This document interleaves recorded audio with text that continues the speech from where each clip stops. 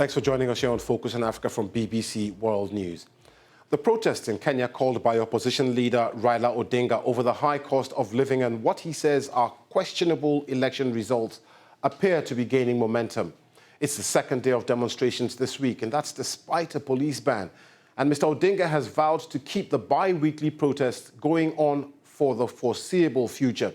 He's urged his supporters to be peaceful, and late on Wednesday night, held talks with religious leaders who have expressed concern, along with the African Union, at how the situation is escalating. Police officers in full riot gear were patrolling the capital, Nairobi, earlier today, as well as the informal settlement of Kibra, one of the world's largest slums. And President Ruto, who is only just arriving back in the country today from Belgium, has vowed to take action against any criminal activity. Well, these protests have led Kenya's Interior Ministry to describe the country as being on the brink of lawlessness and full-blown chaos. Earlier today, I spoke to Nairobi City Council's Governor, JOHNSON Sakaja. I began by asking him if he's concerned about the situation in his country.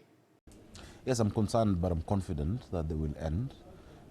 It's not the first time we've had this after an election. It's happened many times, and I think now the better channels that we can explore.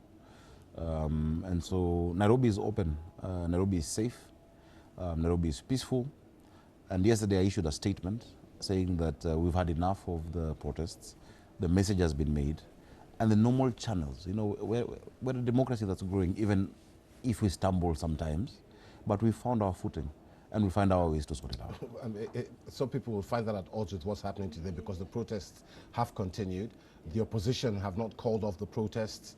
In fact, you know, the government of President Ruto, you're an ally of his, yes, has said they're not getting into any negotiations with Mr. Raila Odinga. So what channels are you talking about? There's nothing to negotiate. It is the ability to listen to each other. And if you're not negotiating, how are you listening to each other? What are you negotiating about? We can negotiate about the price of a shirt. You know, we can negotiate about something contested. We have the rule of law in Kenya. An election was held.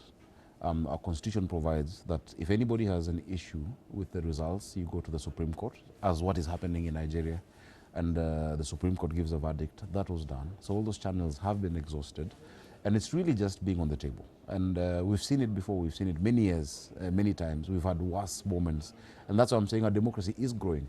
The protests, yes, every day it happens in my city, in Nairobi County. I appreciate the loss. And what it's costing us, but it's not as severe as it has been before, and it's dying down. Well, it's not. I mean, if your people in your city are being tear-gassed by the authorities, religious leaders have come out to decry how these people are being violently subdued by security officials. That's not a protest that's dying. It's actually growing. This week there have been 2 different days of protest. Last week there was 1. It seems to be growing and not just dying out. It's not growing. The frequency might be growing, but not the intensity. And it's something that happens. Our constitution acknowledges the right to demonstrate, so long as you're peaceable and unarmed. And so what we're calling for is restraint. But why don't you just sit down and talk to Mr. Odinga? You know, hear him out. It's not only the elections that he's arguing about. You know, the cost of living, Kenyans are feeling the burden. You know, it's really, really heavy on them. You know, sometimes it's difficult when you're sitting up there to realize what the man down there is going through. Sit down and talk to them. Talking won't solve the cost of living. There are many interventions that have been done by a 6-month-old government. For instance, my government is working on a school feeding program for our children.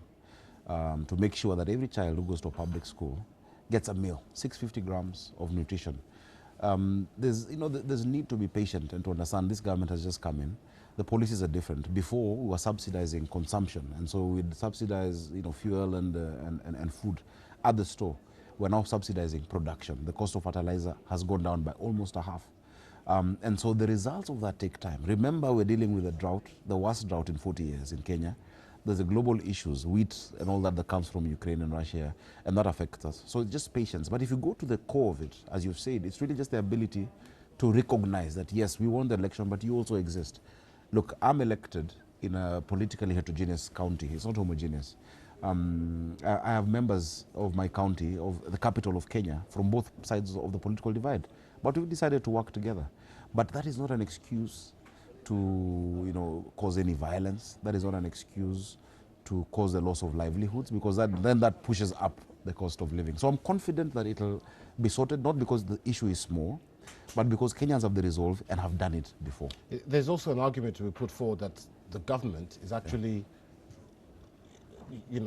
sponsoring some of this violence, so to speak. I mean, if you see what happened on Monday, the ex-president Uhuru Kenyatta's farm being attacked, that wasn't by the opposition. I mean, the BBC actually saw buses filled with people being driven to Mr. Kenyatta's farm before it was attacked. Did they have tags saying whether they're opposition or not? How would you know? Why would Mr. Uhuru Kenyatta attack his own farm? I'm not saying he did. Why would his supporters attack his farm? But you can't authoritatively say who it was. The Speaker of the Assembly had threatened him to say, if this does not stop, your farm will be attacked, and that happened. That was a loose statement that was probably taken advantage of. This is politics. Politics is the art of the possible, and so we can't authoritatively say who it was, who benefits from it, the sympathy. It was unfortunate. Isn't that a cop-out? I mean, okay, so... It was unfortunate that it happened. But I think that's a cop-out, because he's not the only one who's made a statement like that. I had the Secretary for Trade and Industry, Moses Kuria, here in this same building last week, interviewed him, and he insinuated that force could be used to stop Mr. Odinga and his protests. Government... are these unfortunate statements, or are these government policy? What I'm saying is that the statements are unfortunate, but you cannot authoritatively say who it is, and that must be investigated. What we say in principle is that it is not right to attack anybody's property. If you had the opportunity to have a one-on-one with President Ruto today, would you advise him to go into talks with I've been on record as the governor of Nairobi, not once, not twice, saying that there are easier ways to sort this out, and people should talk, not negotiate, no handshake. We had a handshake. We've had a government of, a mixed government of the opposition. For democracy to be strong, you need a strong opposition and a strong government. But having an opposition, talking to the opposition, does not mean sharing power. After the election in Nairobi, I called my opponent. I had tea with him. Kenyans saw it. Of course, I avoided a petition. But number two, even his supporters felt comfortable. So we don't want a handshake. And I don't think that is what the opposition wants, but just some form of recognition. We want a strong office of the leader of opposition. An eye for an eye, always our side. And the person who suffers the most, actually today in Kenya, would be my voter in Nairobi, my resident of Nairobi. So I am for, discussions, not negotiations. We're not at war. It's not negotiations. There's nothing contested. An election was done. There's a legitimately elected president. The government has been set. But talking, refusing to talk and allowing this protest is then cutting off your nose to spite your face. And now, so you are here in London, amongst other things, to come and look for, opportunities. Opportunities for Nairobi. For my people, yeah. How difficult is it to attract those investors into Nairobi when you have all these? No, it's not difficult. Any businessman, any corporate worth its salt knows that Nairobi is safe, and these are just small blots that happen once in 5 years.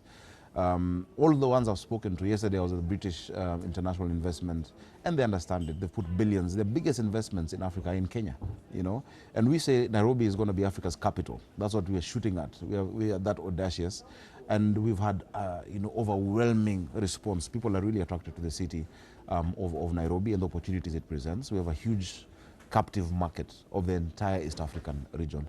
And so it hasn't gotten to that crescendo where people then want to flee from Nairobi, because what we have is the rule of law. That exists. There's no country in Africa where a presidential election has been overturned by the court. None whatsoever. I was talking to... Which one? Malawi a few years ago? Well, I'm not aware of that. There are quite a few. But it's not a democracy of our size. It's happened in Malawi twice before. The economy of Malawi and Nairobi can be compared. I'm talking about a global capital, where that has happened. Not even in the States, And so for us, it's an issue that we know we're going to sort out, but we're open for business. And that is the point that we're making. We have a young population. Our median age is 19.